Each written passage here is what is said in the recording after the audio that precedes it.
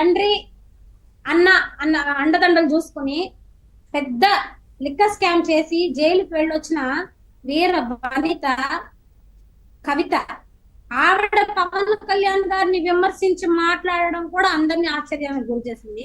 ముందు ఆవిడ చేసిన తప్పులు ఆవిడ సరిదిద్దుకోకుండా ఇంకా కేసు కొట్టేయలేదు, జస్ట్ ఆవిడ బెయిల్ మీద బయటకు వచ్చింది అంతే. ఆవిడ కూడా మన ప్రభుత్వం గురించి, కూటమి ప్రభుత్వం గురించి మాట్లాడడం ఆశ్చర్యానికి గురి చేస్తుంది. అట్లాగే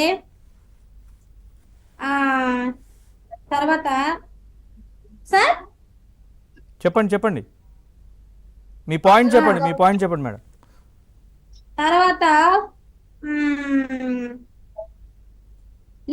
లిక్కర్ మద్యపాన నిషేధం చేస్తామని చెప్పేసి ఏరియాలోనే ఒక 5-6 మద్యం దుకాణాలు ఓపెన్ చేసుకుని స్కూల్లో ఉండేటటువంటి స్టాఫ్ ని, పాఠశాల ఉద్యోగుల్ని, స్టాఫ్ ని, టీచర్స్, ఉపాధ్యాయుల్ని కాపలా పెట్టినటువంటి ఘనత కూడా మన జగనన్నకే దక్కుతుంది సార్.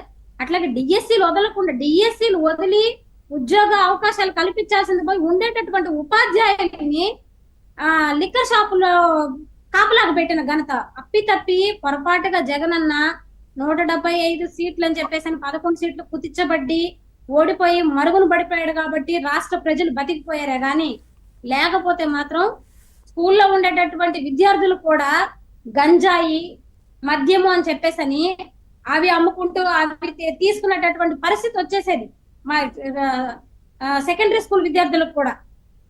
అంటే వాళ్ళు చేసిన ఉపాధ్యాయులకే అలాంటి ఇది వేశారు అంటే నెక్స్ట్ ఇంక విద్యార్థులే కదా సార్. ఈ చాలా మంది విద్యార్థులు గంజాయి తాగుతూ పట్టుబడ్డారు, మద్యం తీసుకుంటూ పట్టుబడ్డారు. ఎంతో మంది విద్యార్థులు ఎన్నెన్నో చేసి తప్పుడు వెళ్ళి ఎంతమంది విద్యార్థుల జీవితాన్ని సర్వనాశనం చేసినటువంటి ఘనత జగనన్న ప్రభుత్వందే. దీన్ని మేమందరం కూడా కూటమి ప్రభుత్వం ద్వారా పవన్ కళ్యాణ్ గారి ధైర్యంతో, చంద్రబాబు నాయుడు గారి సహకారాలతోటి, మోదీ గారి అండదండలతోటి ఖచ్చితంగా నెక్స్ట్ వైనాట్ 175 అని 11 అయిపోయింది. ఈసారి ఏమి లేవు, డిపాజిట్లు కూడా దక్కవు అసలు. ఈసారి అది కూడా లేదు. అసలు వైసీపీ వాళ్ళు వస్తారేమో నేను డిబేట్ కనుక్కున్నాను, రాలేదు. పోయినసారి కూడా రాలేదు. పిచ్చి ఆశలు వదిలేసుకుని ఇలాంటి పిచ్చి ఇంకా ఎన్నిసార్లు అసలు చీప్ లిక్కర్ కేసు, దొంగ సారాయి కేసు చంద్రగిరి నియోజకవర్గంలో మేము వెళ్ళి ఇచ్చేస్తే లిక్కర్ స్కామ్ లో ఒక ఆడ మనిషిని పట్టుకుంటే దొంగ సారాయి కేసులో మనిషిని మార్చేశారు, తలకాయన మార్చేశారు, ఆధార్ కార్డులు అన్ని.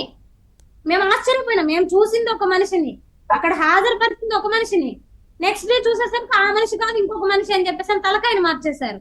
ఇలాంటి స్కాములు చేసినటువంటి ఘనత, లీలలు ఇవన్నీ కూడా జగనన్న లీలలు సార్. మనం మామూలుగా కృష్ణ లీలలు అంటాము, అట్లాగా జగన్నాటక సూత్రధారి జగనన్న లీలలు చెప్పుకుంటే అన్ని ఇన్ని కాదు.